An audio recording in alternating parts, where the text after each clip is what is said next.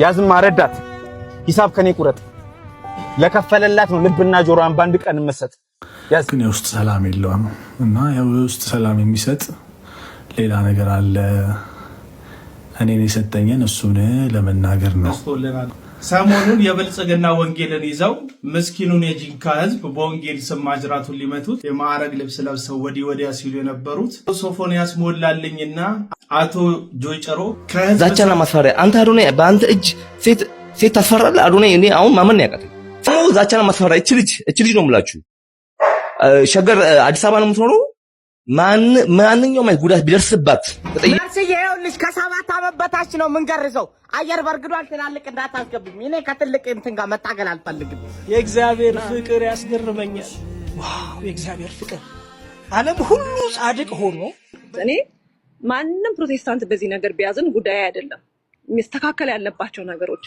በዚህ ሰዓት ሰበርና ዓለምን ያስደነገጠ መረጃ ተሰምቷል። ኢራን ኢንተርኔታችሁን እዘጋለሁ በማለት ዓለምን ያስደነገጠ ሰላም ውድ ሀገሬ ልጆች እንዴት ናችሁ? ዛሬም እንደተለመደው ከሶሻል ሚዲያ አነጋጋሪና አዝናኝ የሆኑ ቪዲዮዎችን ይዤላችሁ ቀርቤያለሁ። ለዚህ ቻናል አዲስ ከሆናችሁ ላይክ፣ ሰብስክራይብ በማድረግ ይህን ፋሚሊ ተቀላቀሉ። ሐሳብ አስተያየቶቻችሁን ኮሜንት ሴክሽን ላይ ጻፉልኝ። ወደ ቪዲዮ አሜን አሜንና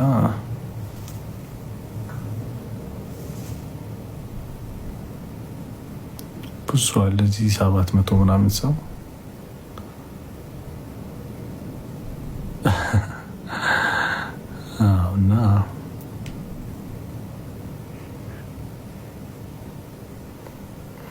እና ለምን እንደዚህ አሁን አንዳንዴ ለምን ወጥተህ እንደዚህ መናገር አስፈለገ ለምን ነው የምትናገረው የሚል ሰው ሊኖር ይችላል። እዚህ ማለት ነው እንደዚህ የሚያደርግ ለራሱ ነው ምናምን ይችላል። ግን በአብዛኛው ሰው በዚህ ጊዜ በቃ ተጨንቆ ነው ያለው። ብዙ ነገር ኖሮት ሀብት ሊኖረው ይችላል፣ ዝና ሊኖረው ይችላል፣ ግን የውስጥ ሰላም የለውም እና የውስጥ ሰላም የሚሰጥ ሌላ ነገር አለ እኔን የሰጠኝን እሱን ለመናገር ነው የውስጥ ሰላም የሚሰጥ አለና አይ ኖ ብዙ ነገር ሊበላሽ ይችላል ምናምን ዶንት ኬር ከዚህ በኋላ እና በጣም ብዙ የምንነግራቸው ታሪኮች አሉ በጣም ብዙ እና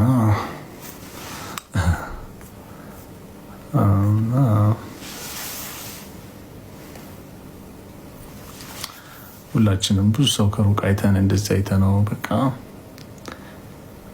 ምን ብለን ሰዎች ላይ የሆነ በቃ የተመቸው የሞላለት የተሳካለት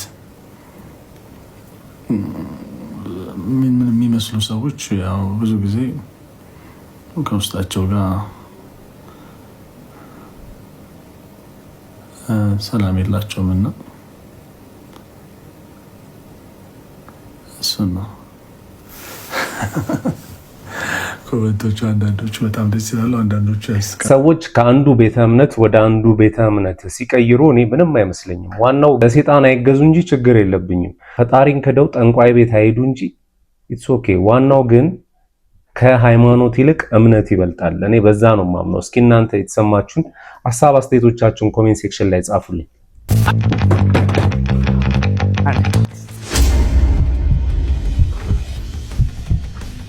ቆንጂት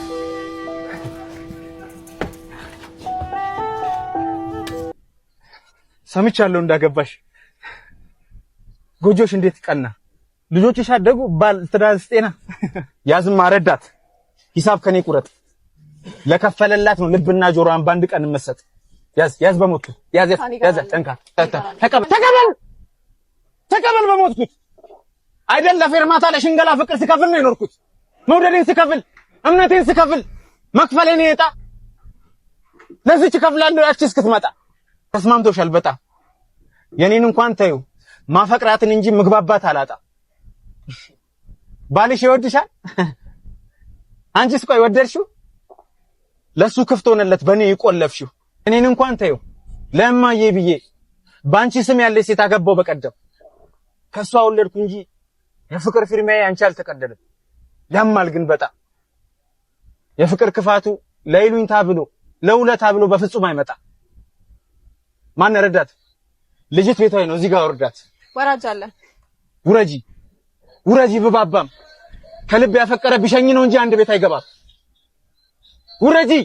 ውረጂ አንድ ላይ አንድም ከትዳሬ አንድም ከልቤ ላይ ደህና ሰንብች ውለታ የለሽ አብሮ መብላትን ማየው ስመኘው እንግዲህ ስትሎኛል ሱማምን ዳግመኛም እንዳልቃኘ በቃ ያሲኖ ይችላል፣ እግዚአብሔርን ይችላል። ከሁሉም ይለይብኛል። እኔ በፊት ልጅ እያለሁ እህቶቼ በቃ ሀብታም እንዲያገቡ ምናምን ነበር። ያው ሀብታም አግብተው እኔም ሀብታም ልሆን ማለት ነው። በእነሱ ሀብት ኖሮ ሰላም የሌለው ትዳር ጥሩ አይደለም። መገዳደልም ሊመጣ ይችላል። ገንዘብ ቢኖረው ጥሩ ነው፣ ግን ፍቅር ይበልጣል። ከገንዘቡ ይልቅ ፍቅርም ገንዘቡም ሲኖረው ይጣጣማል ብዬ አስባለሁ። እስኪ እናንተ ምን አይነት አስተያየት አላችሁ? በዚህኛው ቪዲዮ የባል ታሪኳን ስም አልጠቅስም፣ ምክንያቱም ለደህንነት ያሰጋኛል። አያት ክብር ደመና አካባቢ የምትኖር ኤንጂኦ ውስጥ የምትሰራ የአቶ ተመስገን ባለቤት ለ2 ቀን ከስራ ምክንያት ከከተማ እንደምትወጣ ነው የምታውቀው። እውነታው ግን እሱ አይደለም። ስራም ከከተማ መውጣትም የለም። እዚሁ አዲስ አበባ ኤሊሊ ሆቴል ውስጥ ከአንድ ጎረምሳ ጋር ነው ቀጠሯ። 2 ቀንም እዛ የሚቆዩ ይሆናል። ተከታትለ እጅ ከፍንጅ መያዝ ትችላለህ። እንዲሁም በትዳሯ ደስተኛ እንዳልሆነች ስታወራ ሰምቻለሁ። በቤት የጎደለው ሙላ በትዳራቸው ላይ የሚማግጡ ሴቶችን ከማጋለጥ ወደ ኋላ አንልም። የመረጃ ምንጭ ትዊንስ ቤት ሳሎን። ይሄ ነገር የጥፍር ቤት ማስታወቂያ ይመስለኛል። አንዳንዴ ፈጥረው የሚያወሩም አሉ፣ የእውነትም አለ። ግን አቶ ተመስገን እግዚአብሔር ይሁን ሰዎች ማለት ነው እንደጠሏችሁ በቃ ከዚህ በፊት የሆነ ፍሬንድም ገርልፍሬንድ ቦይፍሬንድም ብቻ ሰምቲንግ ግንኙነት ኖሯችሁ ፋሚሊም ይሁን አላቅ ከመውደድ ወደ መጥላት በቃ የእናንተ ነገር እየወጣላቸው እንደመጣ በምን ማወቅ እንደምትችሉ ታውቃላችሁ? አንድ የሚገርም ሚስጥር ልንገራችሁ። እሺ ምን ያረጉ መሰሏችሁ? ኤክስፔክቴሽናቸው ያድጋል ከናንተ ማለት ነው። ከናንተ የሚጠብቁት ነገር እንድታረጉ የሚጠብቁት ነገር ይጨምራል። ገባችሁ? ከዚህ በፊት ከናንተ ምንም አይጠብቁም፣ ፎንቃ ያለባቸው። ገባችሁ? ትንሽ ነገራችሁ ያስደስታቸው ነበረ። አሁን ለምሳሌ የሆነ ቀጠሮ ኖራችሁ ብታረፍዱ ኢትስ ኦኬ ምናምን ነበር የሚሏችሁ። ሲወጣላቸው ግን ለናንተ ያላቸው ፎንቃ ምናምን 1 ደቂቃ ብታረፍዱ 1 ሰዓት እንዳረፈዳችሁ ነው የሚሰማቸው። ገባችሁ ምላችሁ? ልክ ሰው ሲጠላችሁ ምንድነው የሚያደርገው? መጀመሪያ ሳያውቀው እኮ ነው፣ ሰብኮንሸንስሊ ነው። ኤክስፔክቴሽኑ ይጨምራል ከናንተ። ገባችሁ አይደለ? ሲወዳችሁ ግን ኤክስፔክቴሽኑ ያንሳል ከናንተ የሚጠብቀው። እናንተ ለሱ የምትሰጡት ነገር የለም።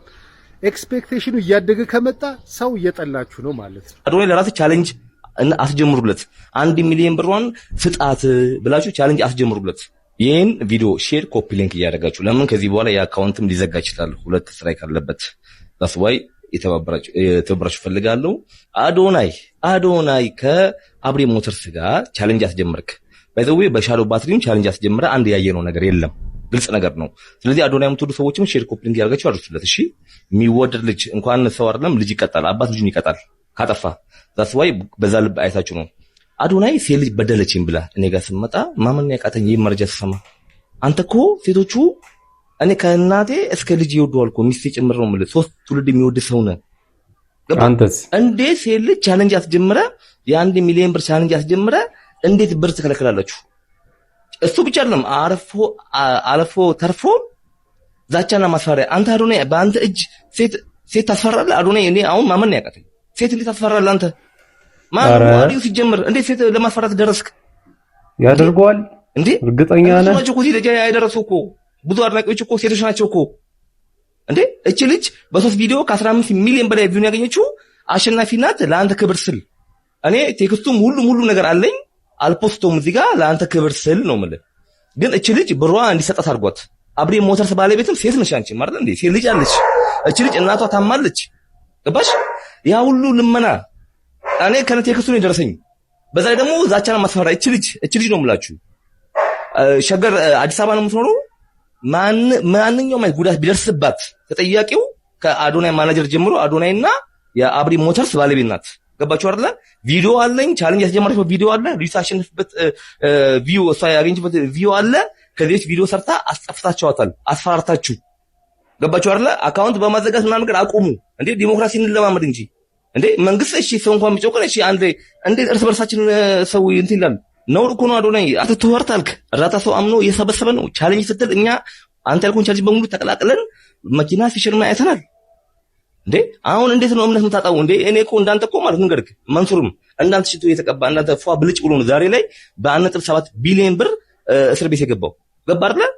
ያኔ በእንቋል ጊዜ ምን ነው ባልቆንጥሽ እንዲያውንብህ ለዛ ነው በጊዜም ነግረህ እቺ ልጅ እናቷ በጣም ታማለች፣ ሕክምና ትፈልጋለች። ብሯን ፍጧት አከልክሏት ቻሌንጅ አሸንፋለች። አንተ ሲጀመር የድርጅቱ አምባሳደርም አይደለም ማስታወቂያ ልስራ ነው የመጣው። ሀው ካን እንዴት ሆነ ነው አንተ ድርጅቱ ወክለህ ልጅቷና እንደዛ ለማስፈራራት ምናምን እንዴ ነውር እኮ ነው አዶናይ። እኛ ካንተ ሴት ልጅን ስበድል መስማት ማለት የመጨረሻ ነውር ነው። ስለዚህ አድርሱለት፣ የምትወዱት ሰዎችም አድርሱለት። የምንወዳቸውን ሰዎች እንዲህ በጊዜ ካልቆንጠጥናቸው ነገ ከነገ ወዲያ እስር ቤት ነው መጨረሻቸው። ብዙ ጥፋት ካጠፉ በኋላ አንተ ትልቅ ስራ ላይ የተሰማራለ እንዴ ገና ኖቤል ሸለማሉ የምትፈይ በ1 ሚሊዮን ብር ደግሞ አንተ ሰምናንሳ እንዴ እንዴ እቺ ልጅ እኮ ሄዳ ልጅ ናት እኮ ማን አላት ሚሊዮን አካውንት ጠፋ ብለህ አይደል እንዴ ቻሌንጅ አስደርገን እኛ ስንት ፎሎ ስናደርግ የነበረው። አሁን እኮ 1 ሚሊዮን ብር አዶናይ ከለከለኝ፣ አስፈራራኝ። አርቢ ሞተርስ ባለቤትን እንዴ አታፍሩም እንዴ እናንተ? አርቢ ነገስ እንዴት ነው ዛሬ ላይ በቻሌንጅ ብር መካሪ ጀመራችሁ? ነገ ከነገ ወዲያስ እንዴት ነው ማን ነው ብር እንላንሰጡ መኪና የምታስመጡት? ነውር ነው። ስለዚህ ለዚህ ልጅ ድምፁ ናት። እሺ ድምፁ ናት። ኢትዮጵያውያኖች ድምፁ ናት። አዶናይ እንዳደረገው የሆነ ማስረጃ ነገር ብታቀርቡ ጥሩ ነው። ምክንያቱም ሰው ያለ ማስረጃ እንዲያምናችሁ አትፈልጉ። አዶናይ አስፈራርቷታል ካላችሁ የሱን ድምጽ የሚያሰማ የሆነ ነገር ማቅረብ አለባችሁ እንጂ እንደዚሁ ዝም ብላችሁ በደፈናው አዶናይ እንደዚህ ያደረገ ማለት ይከብዳል። እና ይቺ ልጅ እኔ የሆነ ሰዓት ላይ ቻሌንጁን አሸንፌያለሁ ግን እንደዚህ ገንዘቡን ከለከሉኝ ምናምን ብላ ስታለቅስ አይቻለሁ። የድርጅቱ ባለቤት የሴትዮዋ ስራ ነው ብዬ ነው የማስበው። አዶናይ ግን በዚህ ጉዳይ ላይ ይመለከቷል ብዬ ነው ያላስበው። መርስዬ ይኸውልሽ ከ7 ዓመት በታች ነው የምንገርዘው። አየር በርግዷል። ትላልቅ እንዳታስገብኝ። እኔ ከትልቅ እንትን ጋር መታገል አልፈልግም። ና ዶክተር። እሺ ጤና ይስጥልን። እንዴት ነህ? እግዚአብሔር ይመስገን። ያው ምን ፈልገህ ነው? ለመገረዝ ነበር። ሕፃን ልጅ ልታስገርዝ ነው? ኧረ እኔ ነኝ የምገረዝ። በኢየሱስ ስም ምን ነው ዶክተር? እንዴ ና እስኪ ልጅ ምን ጺም አብቅላል እንዴ? እናት ታላበል እሺ ምንድነው የምታነፍስብኝ? እሺ ታንፍስብኝ። እሺ ታንፍስ። እሺ በኢየሱስ ክርስቶስ እሺ ጥርስ እና ምን እስከ ዛሬ አልተገረዝክም? አልተገረዝኩም። ያው ለመገረዝ እኮ ነው የመጣሁት። እስካሁን አላገባህም? ያው አላገባህም። እስኪ አሳየኝ እቃን እቃን አሳየኝ። አትልመጭመጭ ልፋጭ ምን አልመጨምጭብና እስከ ዛሬ አልተገረዝ። እኔ ታዲያ ያንተን የ35 ዓመት ችግር ፈቺ ነኝ እንዴ? ልጉም ይረረዛ በእናትህ ቤተሰብ የለም ነበር እንዴ? እኮ ቆይ እሺ አሳየኝ። እሺ ይሄው። አረ በስማ ምን ነው ነፍስ አላጠፋም። ልጅ በለው። አረ በጣም ልጅ በለው። በቃ የምትለኝን ከፍላለሁ። ገርዘኝና ቶሎ ሊድ። አንተ ደግሞ ሚሊዮን ብከፍለኝ ይሄንን ንክች አላረግልም። አይን እንትን ብትለው ራሱ በቃ ጨቅላ ሕፃን ልጅ ነው የሚመስለው። በኢየሱስ ክርስቶስ ሰው እየጠፋልኝ ፖሊስ እንዳልጠራ ምን ልታረግ ነው የመጣው? ለአረባ ካንተ ዶክተር ናስ ወደዚህ ምንድነው የፈለከው?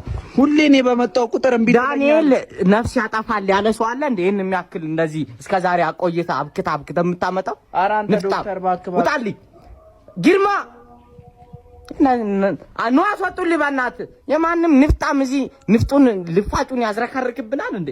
እኔ ትዝ ይለኛል ሰፈር ውስጥ አብሮ አደጋችን ናቸውና 3 ናቸው ባንዴ የተገረዙ አድገው ትልቅ ሆኖ ማለት ነውና እንዲህ ቀሚስ ለብሰው እንዳይነካባቸው ቀስ ብሎ ነበር የሚሄዱት። ወይ በእናትህ እሺ በለኝ። አንድ ጊዜ ጠይቀህ ነው ብቻ እንጣ። ምንድነው የምንጠይቀው? እሱ ተገረዘ አልተገረዘ ልጁ እንደማይመች እያወቅሽ እንጠይቀው ተኛለሽ እንዴ? በእናትህ አሳዝነን በዚህ ነው ተገርዞ። በእናትህ አንዴ ብቻ እኮ ጠይቀህ ነው የምንመጣው። ላንቺ ስንት ነው? እንዴት ነህ ግን? አሁን ጠፋፋ ላይ ዳርቅ እያለ ነው። ምን እየሰራ ነው? እስከዛሬ የት ነበርክ? በእናትህ አሁን ይሄንም አትችልም አይደል? ይሄ እንደዚህ ቄንጠኛ በስነ ስርዓት ተቀመጥኩ። ራሱ እንኳን ጨፍር እንጂ ሰው ተገርዞ አይደል እንደዚህ ጋር እያየናለ ይሄን አትችልም። ለአንድ ለሶስት ወር አትችልም። ተጫውቱ በቃ። እኔ ሽንቴን ሸንቼ ልምጣ መሻ ስለምችል ሸንቼ ልምጣ።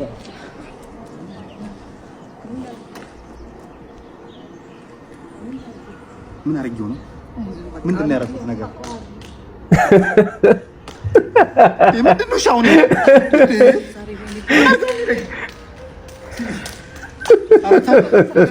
ምን አድርጌው ነው?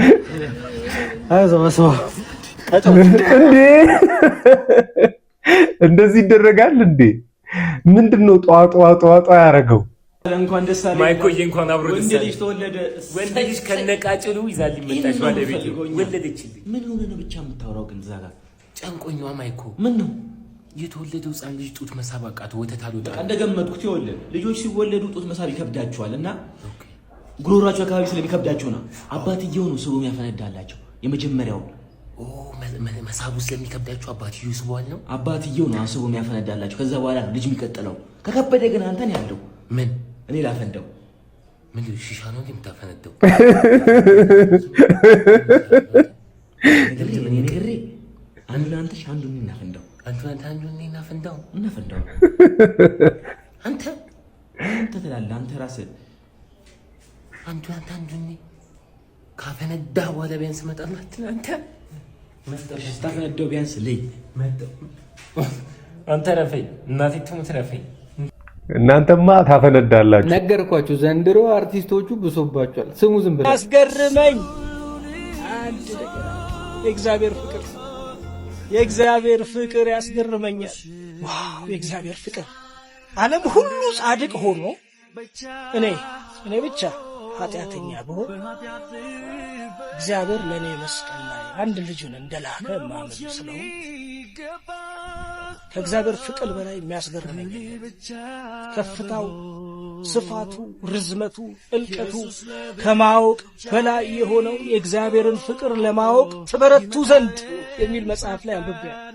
በደንብ ነው መዝሙር መሰለ እናት ኦርቶዶክስ ቤተክርስቲያን ካፈራቻቸው ግሩም ዘማሪዎች ሰማይ ከሙሉ ወንጌል አብያተ ክርስቲያናት መዝሙሮቻቸው ሰማይ መንፈሳዊ ነገር ያስፈልገናል። በተለይኛ ሙዚቀኞች ይርበናል።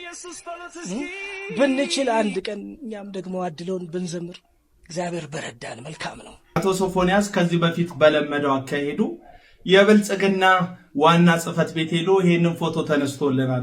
ሰሞኑን የብልጽግና ወንጌልን ይዘው ምስኪኑን የጂንካ ሕዝብ በወንጌል ስም ማጅራቱን ሊመቱት የማዕረግ ልብስ ለብሰው ወዲህ ወዲያ ሲሉ የነበሩት ሶፎንያስ ሞላልኝና አቶ ጆይ ጨሮ ከሕዝብ ሰፊ ወቀሳ ሲያስተናግዱ አቶ ሶፎንያስ ከዚህ በፊት በለመደው አካሄዱ የብልጽግና ዋና ጽሕፈት ቤት ሄዶ ይሄንን ፎቶ ተነስቶልናል። አንዱ ፎቶማ ብትመለከቱት ሪሰፕሽኖቹን ተነሱልኝ ብሎ የነሱ ቦታ ላይ ሁሉ ቁጭ ብሎ ነው ፎቶውን የተነሳው።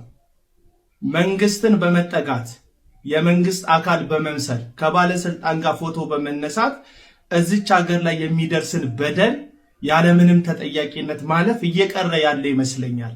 ምክንያቱም የሚጠይቅና እስከ ዳር ድረስ መብቱን የሚያስከብር ትውልድ ስለተነሳ ማለት ነው። ከዛም ባለፈ ደግሞ መንግስት ራሱ እሱ ላይ ተለጠፋችሁ ስሙንም ሆነ ክብሩን በማይመጥን መንገድ የምትሄዱት አካሄድ እንደማያድናችሁ ከአቶ መንሱር ጀማልና አቶ ዳለቻ መማር ያለባችሁ ይመስለኛል። ሁለት ግለሰቦች የመንግስት ቀኝ እጅ እንደሆኑ በተለያየ ጊዜ ሲገልጹ የነበረ የግል ፍላጎታቸውን ሲያራምዱ ህዝብ ጮሆባቸው ተጠያቂ እንዲሆኑ የተደረጉ ሰዎች ናቸው።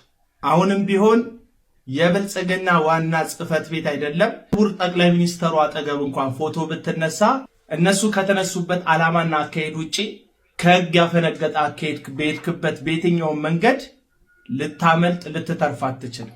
ከባለስልጣን ጋር ፎቶ እየተነሳችሁ ሰውን የምታሳቅቁና ሰውን የምታስፈራሩ ከባለስልጣን ጋር የተነሳችሁትን ፎቶ ለህገ ወጥ ዓላማ የምትጠቀሙ እንዲሁ በየጽሕፈት ቤቱ እየሄዳችሁ ፎቶ የምትነሱ ሰዎች ፋሽኑ ያለፈበት የተበላበት ይመስለኛል።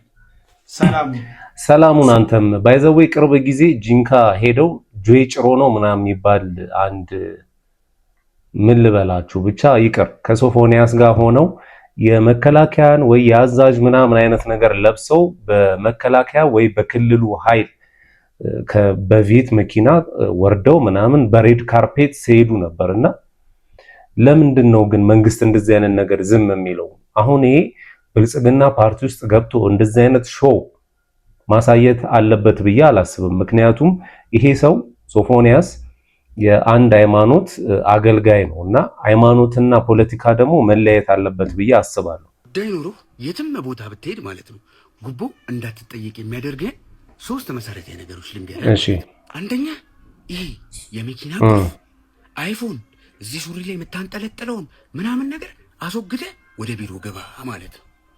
አለበለዚያ እነዛ ጉዳዩ የሚጨርሱልህ ሰዎች ምን እንደሚሉ ታውቃለህ? ዋው የምትታለብ ላመን ነው የምትባለው። yes ሁለተኛ ይሄ ማች ልብስ ምናምን ዘንጠህ ምናምን ለየት ያለ አለባበስ አድርገህ ምናምን እንዳትሄድ ቢቻል የሆነ አንድ 30 ደቂቃ ፀሐይ መጥቶ ገርጠጠት ብለህ ድምፅን ጠፋ አድርገህ ጎርንና አድርገህ ምናምን ነው መሄድ ያለብህ። አለበለዚያ አቴንሽን ውስጥ ትገባለህ። እቺ ተመችቷታል እቺ መላላት ነው የምትባለው። የፈረንጅ ላመጣ ነው የሚሉት ጉዳዩ ማለት ነው። እንዳላስቸኮለህ ነው አክት የምታደርገው። በቃ አረ ጉዳዩን ምናምን ቸኩያለሁ እንደዚህ ገጠሮ ምናምን ካልክ ማለት ነው እንደውም ያጓትቱብሃል። በቃ ሰበቡን ያቁብሃል። መላ መቀበያ ጉቦ ሰጥተህ ነው በቃ ጉዳዩ ይሰራል። yes እኔ አሁን ምን አደርጋለሁ መሰላችሁ? እንደ አይነት ነገር ጉዳይ ካለኝ ምናምን መኪና ከያዝኩኝ የመኪና ቁልፌን አላሳይም። ስልኬም ደግሞ አይፎን ስለሆነ ስልኬንም አላወጣም። በቃ የሆነ ወይ ደግሞ ባወጣ እንኳን ጠርቶ ካሜራውን እሸፍነዋለሁ እና እንደዚህ አይነት ሲስተሞች ልክ ነው። እኔም ተጠቅሜበታለሁ። ነገሮች ወደ ኢትዮጵያ የተቃረቡም ይመስላሉ። የኢራን አዳዲስ ሚሳኤሎች አዲስ አበባን በቀጥታ የመምታት አቅም አላቸው ተባለ። በኤክስ አካውንቱ በኬንያ የሚገኘው የእስራኤል ኤምባሲ እንዳሳወቀው ኢራን ያሳየችው አዲስ የሚሳኤል አቅም የአፍሪካ ቀንድንና ምስራቅ አፍሪካን በቀጥታ የጥቃት ክልል ውስጥ እንደሚያስገባ የሚያሳይ መረጃ ይፋ ሆነ። ኤምባሲው ባወጣው መግለጫ መሰረት ቴህራን አሁን ላይ እስከ 4000 ኪሎ ሜትር ርቀት ድረስ የመምታት አቅም ያላቸው የረጅም ርቀት ሚሳኤሎች በይፋ ተኩሳለች። ይህም ቀደም ሲል የነበረው የ2000 ኪሎ ሜትር የርቀት ገደብ በእጥፍ የጨመረ መሆኑም ተመላክቷል። እንደ እስራኤል ኤምባሲ ስሌት የኢራን ሚሳኤል ርቀት የሚከተሉትን ዋና ዋና ከተሞች በቀጥታ ይነካል ተብሏል። አዲስ አበባ ከቴህራን በ3200 ኪሎ ሜትር ርቀት ላይ ስለምትገኝ ሙሉ በሙሉ በኢራን ሚሳኤል ክልል ውስጥ ትወድቃለች። ሞቃዲሾ በ3700 እስከ 3800 ኪሎ ሜትር ርቀት ላይ ትገኛለች። ጁባ ደቡብ ሱዳን ልክ በ4000 ኪሎ ሜትር ርቀት ላይ ትገኛለች። ናይሮቢ ኬንያ በ4300 እስከ 4400 ኪሎ ሜትር ርቀት ላይ የምትገኝ ሲሆን ይህም ቀጥታ ክልሉ ጠርዝ ላይ ያደርጋታል። ኤምባሲው ይህ ሩቅ ያለ መልክዓ ምድር አይደለም፣ በአንድ ክልላዊ ጎረቤት ውስጥ የምንገኝ ነን ሲል አስጠንቅቋል። የመካከለኛው ምስራቅ ውጥረት ከአፍሪካ ቀንድና ከምስራቅ አፍሪካ የጸጥታ ሁኔታ ጋር በቀጥታ የተቆራኘ መሆኑንም አክሏል። ይህን ዜና ግን ያወጣው ማን መሰላችሁ? በኬንያ የሚገኝ የእስራኤል ኤምባሲ ነውና እንድንዘምትላቸው ፈልገው ይሆን እንዴ እንደዚህ ያሉ ልትመቱ ነውና ተነሱ ምናምን አይነት ነገር። ግን ኢራን እኔ ሳላደንቃት አላልፍም። እግዚአብሔርን ከሁሉም ጋር በቃ ማንንም አሰማ። በዚህ ሰዓት ሰበርና ዓለምን ያስደነገጠ መረጃ ተሰምቷል። ኢራን ኢንተርኔታችሁን እዘጋለሁ በማለት ዓለምን ያስደነገጠ ማስጠንቀቂያ አስተላልፋለች። ኢራን የዓለምን ኢንተርኔት አቋርጣለሁ፣ ባህር ስር የሚገኙት የኢንተርኔት አስተላላፊ መስመሮችን እበጥሳለሁ ስትል ማስጠንቀቂያ መስጠቷ ተሰምቷል። የገልፍ ሀገራት ለአሜሪካ ያላቸው አጋርነት በፍጥነት የሚያቋርጡ ከሆነ ለወራት ያህል ያለ ኢንተርኔት የዓለም ሕዝብ እንደሚቀመጥ ኢራን በአጽንኦት አሳስባለች ሲል ዘ ኢንዲፔንደንት ጨምሮ በርካታ የኢራንና እንዲሁም ደግሞ ዓለም አቀፍ ሚዲያዎች እየዘገቡት ይገኛሉ። እናንተስ በዚህ ጉዳይ ምን ትላላችሁ? ሐሳባችሁን አጋሩኝ። እኛማ የምንለው አረታይ ነው፣ በቃ መለመን ነው እንዴ። አልተቻለችም እኮ ኢራን። አሁን የኛ መንግስት በነዳጅ እጦት ምክንያት ያው የመንግስት ሰራተኞችን ወይ በጊዜ ምንድነው የሆነ ብቻ እረፍት ሊሰጣቸው ነው ምናምን የሚባል ነገር ተሰምቷልና አስጨነቀችን እኮ። የሆርሙዝ ሰርጥንም ዘጋች፣ ኢንተርኔቱንም ከቆረጠች አስቡት ምን ልንሆን ነው? ይሄ አሁን የምታዩት ልጅ ከኋላ ተንጠልጥሏል። ሹፌሩ አላየውም፣ እኔ እያየሁት ነው አይደለ? ማባረር አልችልም። እኔ አሁን ክላክስ ባረግበት ከዚህ መኪና ላይ ወርዶ የኔ መስሎ ይሰብርብኛል ማለት ነው፣ ድንጋይ ወርውሮ እና ከገዛ ንብረታችን ላይ እንኳን ሂዱ ብለን ማባረር አልቻልንም። ከዚህ ላይ ሲቆስሉ የሆነ ነገር ሲሆኑ ህጉ ለነሱ በደንብ ይሰራል። እኛን እስከ ሚሊዮን ያስከፍሉናል ማለት ነው፣ ልክ እንደ ጉዳታቸው መጠን እና እኛ እንዴት ነው አደጋን መቀነስ የምንችለው? የሚመለከተው አካልስ እንደዚህ አይነት ነገሮችን ሲያይ ለምንድን ነው እርምጃ የማይወስደው? እና ይሄን ቪዲዮ ሼር አድርጉልኝ ለሁሉም ይደረስ። እዚህ ቪዲዮ ላይ ምን እንደታዘብኩ ታውቃላችሁ? መኪኖቹ ሲደርቡና የደረቡትን መኪና እንዴት እንደሚገቡበት አያችሁ? ፋውሉ አደጋ የሚበዛው በዚህ ምክንያት ነው ማለት ነው። ሲቀጥል በደንብ ስፒድ የሌላቸው መኪኖች ናቸው እንደዚህ እየደረቡ ያሉት። ባጃጇን እኮ ጨፍልቀዋት ነበር። ምን ተናግሬያለሁ ሚዲያ ላይ አንዳንድ ነገሮች ኦርቶዶክስ ቤተ እምነት ውስጥ ያሉ ነገሮች ቢስተካከሉ፣ እንደ እግዚአብሔር ቃል ያልሆኑ ልምምዶች ቢስተካከሉ እመለሳለሁ ሁሉ ብዬ ተናግሬያለሁ። ያንን ስናገር ለማስመሰል ወይም ኦርቶዶክሳውያን ለማስደሰትም ምንም አይደለም። የምሬን ነው ያልኩት፣ የእውነቴን ነው ያልኩት። እኔ ማንንም ፕሮቴስታንት በዚህ ነገር ቢያዝን ጉዳይ አይደለም። የሚስተካከል ያለባቸው ነገሮች እንደ እግዚአብሔር ቃል ያልሆኑ የወጡ ነገሮች እግዚአብሔርን እንደሚያሳዝኑ መጽሐፍ ቅዱስ አስረግጦ በአራት ነጥብ ያስቀመጠው ነገሮችን ላይ ብትሰራና ቢስተካከሉ እነዚህ ነገሮች ማንንም ይቅርታ አልጠይቅም። ለኦርቶዶክስ መመለስ እውነቴን ነው የምነግርህ። ለምን እየተነሳ ቢፈጠፈጥ ማንም ሰው መመለስ አይቀርም። ለምን እንዴ እናቴ አባቴ የቤተሰቦቼ የዘሬ ሲጀመር እኔ ኦርቶዶክስን ነው የማውቀው። ሲወለድም ጀምሬ በኦርቶዶክስ ቤተ እምነት ውስጥ ነው የተወለድኩት፣ ያደግኩትም እዛው ነው። እዛ ተመለሰች ብሎ ሰው ሊደነግጥም ግራ ሊገባውም አይገባም። ጥያቄ የሚሆነው እነዛ ነገሮች እያሉ መስተካከል ያለባቸው ነገሮች እያሉ ሳይስተካከሉ ቢሄድ አሁን እኔ ሁሌ ቆይ መስተካከል ማለት ኦርቶዶክሶች እኮ ኤክስፕሌን ማድረግ ይችላሉ አይደል እንደ ይሄን ነገር አሁን አንቺ ላስተካክላቸው ወይ የሚስተካከሉ የምትዩ ምናልባት ኦርቶዶክስ ለዘመናት ያኖረቻቸው ትክክል ብላ የምትሄድባቸው መንገዶች አሉ። ገብቶሻል? መነጋገር ያለብን ላስተካከል ተብሎ እኮ 47000 ዲኖሚኔሽን ተደርሷል በፕሮቴስታንት ላስተካከል እየተባለ ቢካም ላይ 47000 ኦርቶዶክስ ሳታስተካክለው ለ3000 ዘመናት ቆይታለች። እኔ አሁን ለምሳሌ ይኸውልህ ተግባባን። አሁን የኦርቶዶክሱን አቁመናል። ባይዘዌ አብዛኛው ፕሮቴስታንት ከኦርቶዶክስ እምነት ተከታይ የወጡ ናቸው። ከኦርቶዶክስ እና ከሙስሊምም አሉ እና በአብዛኛው ግን ከኦርቶዶክስ ነው። ያ ለምንድን ነው የሆነው?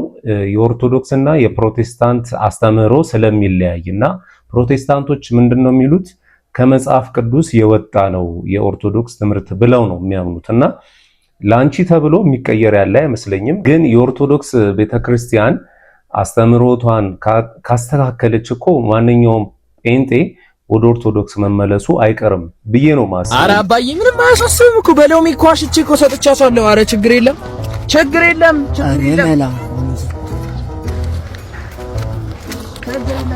አሁን እኔ ያስተካክለዋለሁ አባዬ። ገናኛለሁ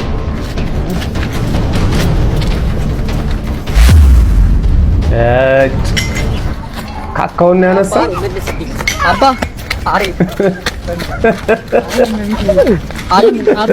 አሬ መልስ አንተ ደበቅብት ይከል በጋምዳ አሬ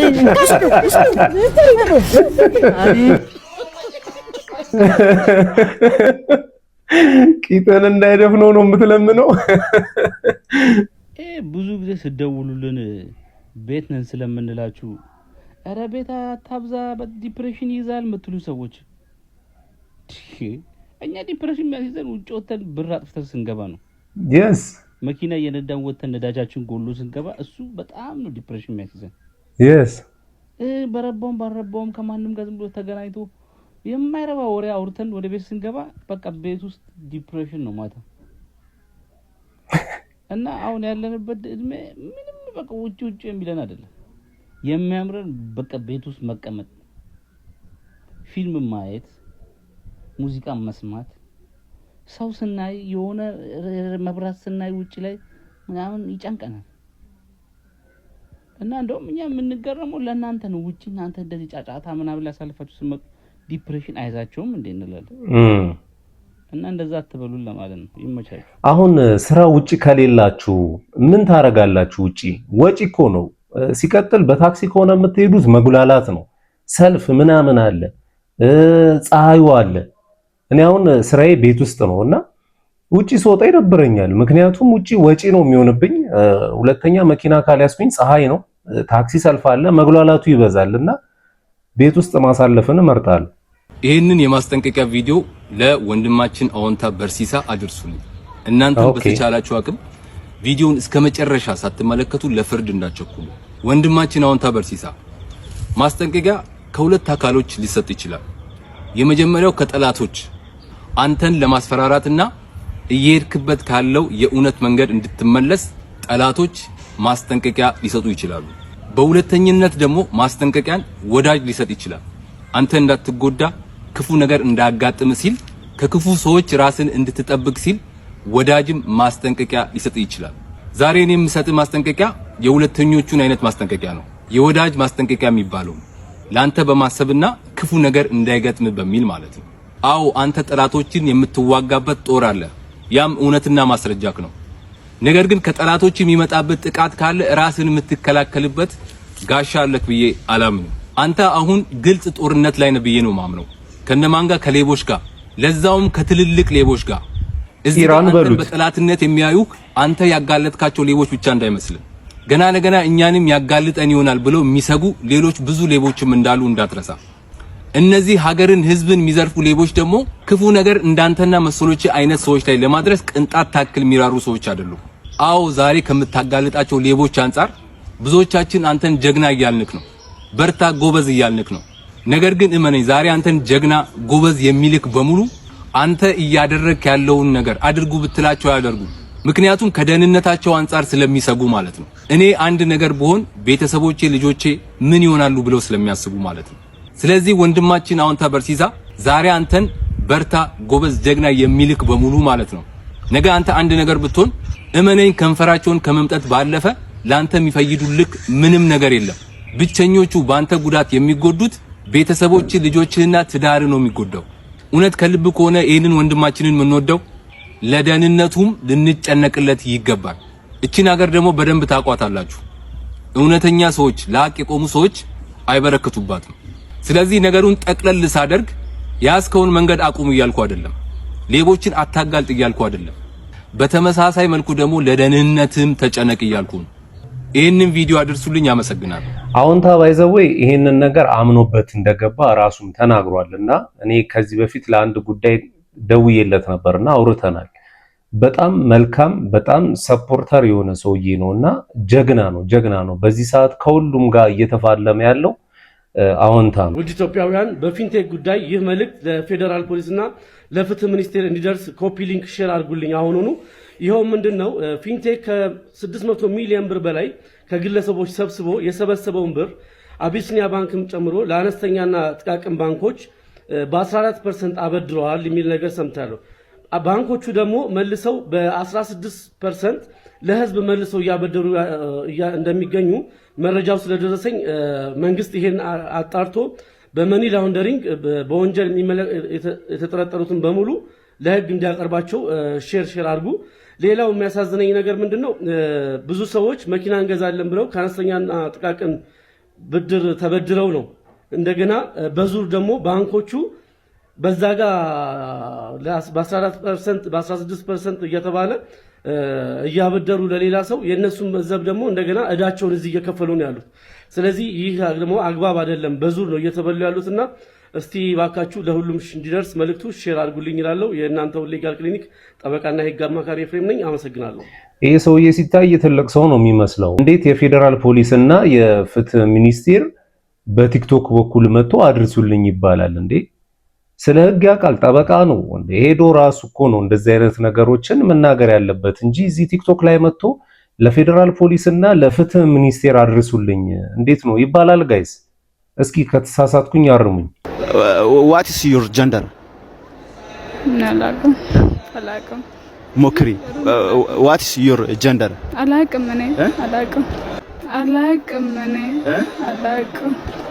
ሪፍት ቫሊ ነው የሚባለው። እንደዚህ አይነት ትግል ነው የገጠመን። ተመርቃ እኔ አላውቅም። What is your gender? shit ሃይ ጋይስ የቲክቶክ ተመልካቾቻችን እስቲ በአንድ ቪዲዮ መተናል። እስቲ አንድ ቁምቡርስ አለ። እስቲ ምን አርጉ ዲቤርን አይተነው ያው ኢየሱስ ኳስ እንደሚያይ ያው በመጽሐፍ ቅዱስ ውስጥ ማግኝቻለሁና ኢየሱስ የማንቸስተር ሲቲ ደጋፊ ነው። ኢየሱስ የማንቸስተር ሲቲ ደጋፊ ነው። ኢየሱስ ኳስ ያያል። ኢየሱስ ምን አውቀ ነው አሁን አንተ ስለ ኢየሱስ የሰጡን ብላና ዳር ላይ ራቅ አይበለውና ኢየሱስ አንተን ራሱ በአካል በይ በኢየሱስ ስም ነው ነገር እነዚህ ሰማያዊ በያይድ ይመስላል። ጣሳ ቁርጥ እንዴ ጣሳ ቁጭ ቁርጥ እያሳየ ቦዶ ግልሜት